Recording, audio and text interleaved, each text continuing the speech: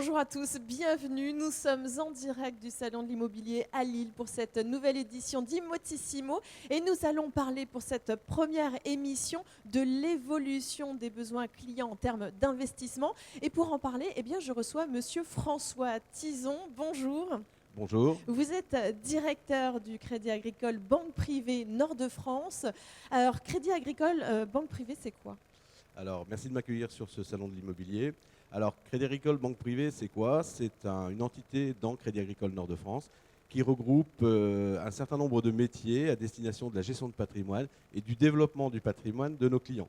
Donc, ces métiers, ce sont des banquiers privés, ce sont des conseillers en gestion de patrimoine, ce sont des ingénieurs de transmission qui accompagnent nos clients dans la constitution et le développement de leur patrimoine. Et vous, quel est votre rôle ? Alors moi, mon rôle, c'est de coordonner tous ces collaborateurs, de leur apporter les bons produits pour pouvoir conseiller nos clients et faire aboutir le conseil patrimonial, et de jouer le lien entre toutes les forces du groupe Crédit Agricole, alors que ce soit Square Immobilier et Square Patrimoine Immobilier, que ce soit toutes les forces du groupe à l'international et en France, afin d'apporter aux clients la meilleure proposition. En fait, je suis un peu le chef d'orchestre de mes conseillers pour apporter le bon conseil à nos clients. Alors avant de parler de l'évolution des besoins clients, on va rappeler quelles sont les réformes fiscales. Il y a eu du mouvement au niveau fiscal. Qu'est-ce qui a changé depuis ce début d'année ? Alors cette année, beaucoup de choses ont changé. D'abord, le prélèvement à la source, pour lequel on avait dit que ça allait être abandonné, puis c'est revenu. Et puis là, on voit aujourd'hui que ça se met en place. La suppression de l'impôt sur la fortune, qui est remplacé par l'impôt sur la fortune immobilière, qui pourrait, je dis bien, qui pourrait toucher un peu le marché de l'immobilier. Toutes ces réformes donnent un coup de frein un peu à la réflexion de nos clients et la prise de décision de nos clients. Oui, parce qu'on ne sait pas trop où on va finalement. On ne sait pas trop où on va, mais ne perdons jamais à l'esprit que ce n'est pas le fiscal qui doit guider l'investissement de nos clients. Le fiscal n'est qu'une conséquence bénéfique quelquefois sur le choix de l'investissement, mais on n'investit pas parce que c'est fiscalement plus intéressant ou moins intéressant. C'est à la fin, dans le choix de l'investissement et le développement du patrimoine de notre client, qu'on voit si on peut optimiser fiscalement le paiement de son impôt. Alors du coup, est-ce qu'il y a des changements de besoins de clients ? Alors, il y a effectivement beaucoup de changements de besoins des clients.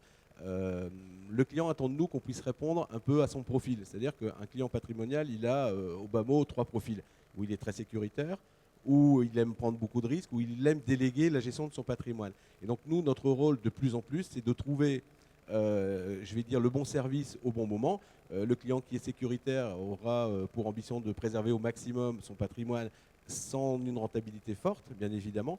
Le délégataire va confier à une société de mandat de gestion son patrimoine pour pouvoir le développer en prenant là aussi un minimum ou un maximum de risques.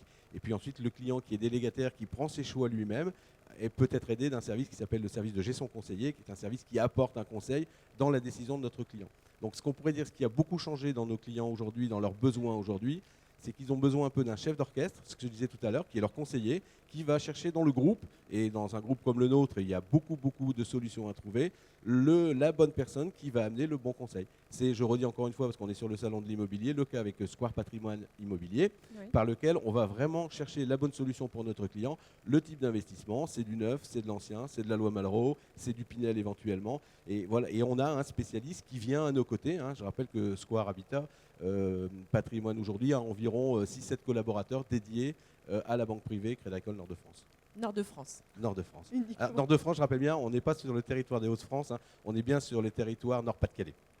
D'accord. Alors aujourd'hui, justement, on est ici au salon de l'immobilier. Quels sont les bons investissements alors que dans le terme patrimonial? Est-ce qu'il y a vraiment l'immobilier et le secteur dans lesquels il faut investir? Alors, si on connaissait le bon produit, je serais très riche aujourd'hui. Ce n'est pas le cas, il n'y a pas de bon produit. Je pense que le bon produit, c'est la bonne réponse au profil de notre client. Et le réel conseil aujourd'hui qu'on peut apporter à nos clients, c'est la diversification.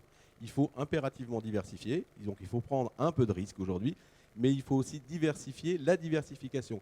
Quand je prends dans un contrat d'assurance vie 30 à 35% d'unités de compte, je vais diversifier ces unités de compte en prenant encore un peu d'immobilier, de la pierre papier, un peu de matière première, un peu de Dow Jones, un peu de CAC 40, et je vais rendre bien évidemment mon risque beaucoup plus souple dans le temps.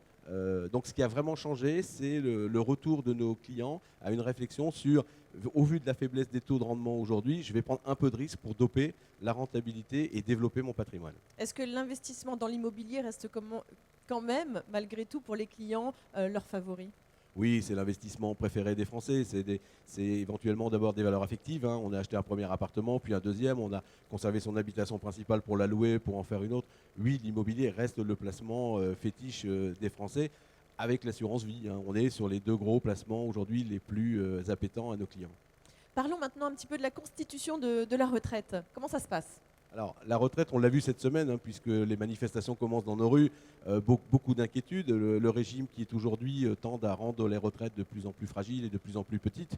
Donc très tôt, nos clients, très tôt, se constituent un patrimoine via l'assurance vie, pour lequel on pourra sortir en capital ou éventuellement en rente, et bien évidemment par la constitution d'un patrimoine immobilier qui va constituer au terme des loyers qui vont constituer une retraite complémentaire. Quand vous dites très tôt, c'est-à-dire c'est à partir Ah, de quel âge? nos clients aujourd'hui. Alors, il faut savoir qu'en banque privée, on n'a pas déterminé ni d'âge, ni de montant, ni d'argent. C'est-à-dire que tout le monde est le bienvenu dans la mesure où l'ambition et l'objectif est le développement de son patrimoine.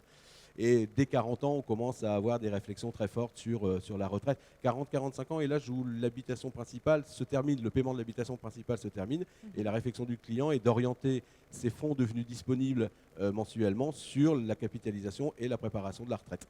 Quelles sont les nouveautés 2018 pour le Crédit Agricole Banque Privée? Alors, pour la Banque privée Nord-de-France, on continue à développer nos compétences, puisque l'ensemble de nos banquiers privés sont tous titulaires du diplôme universitaire de Clermont-Ferrand. Hein, c'est chez nous un label qui permet de conseiller une certaine clientèle. Et on continue à se développer, puisque le 1er janvier, nous avons intégré 23 nouveaux collaborateurs, ce qui porte à un peu plus de 100 le nombre de collaborateurs dans la Banque privée Nord-de-France. D'accord. Et vous êtes présent ici sur le salon Imotissimo? Alors, on est présent bien évidemment au titre de Crédit Agricole Nord-de-France, hein, puisque je rappelle que nous finançons une maison sur 4, aujourd'hui une habitation sur 4. Donc notre part est importante sur l'accompagnement de nos clients à l'habitation principale. Et on est là aussi bien évidemment pour épauler nos collègues de Square Habitat Patrimoine. Et j'ai dédié quelques banquiers privés aujourd'hui qui vont travailler avec les collègues pour pouvoir conseiller les clients. Et en dehors du salon, comment est-ce qu'on peut prendre contact avec vous? Alors c'est tout simple, il suffit de vous connecter sur le site Crédit Agricole Banque Privée et vous allez trouver l'intégralité de nos contacts et surtout un retour qu'on vous fera le plus rapidement possible pour prendre rendez-vous avec vous. D'accord, merci infiniment Avec d'être grand venu plaisir. ici. On vous souhaite un bon salon, Merci. de nombreuses rencontres avec vos Merci. futurs clients. Et puis nous, on se retrouve dans un instant. On va rencontrer la Chambre interdépartementale des notaires Nord-de-France. À tout de suite.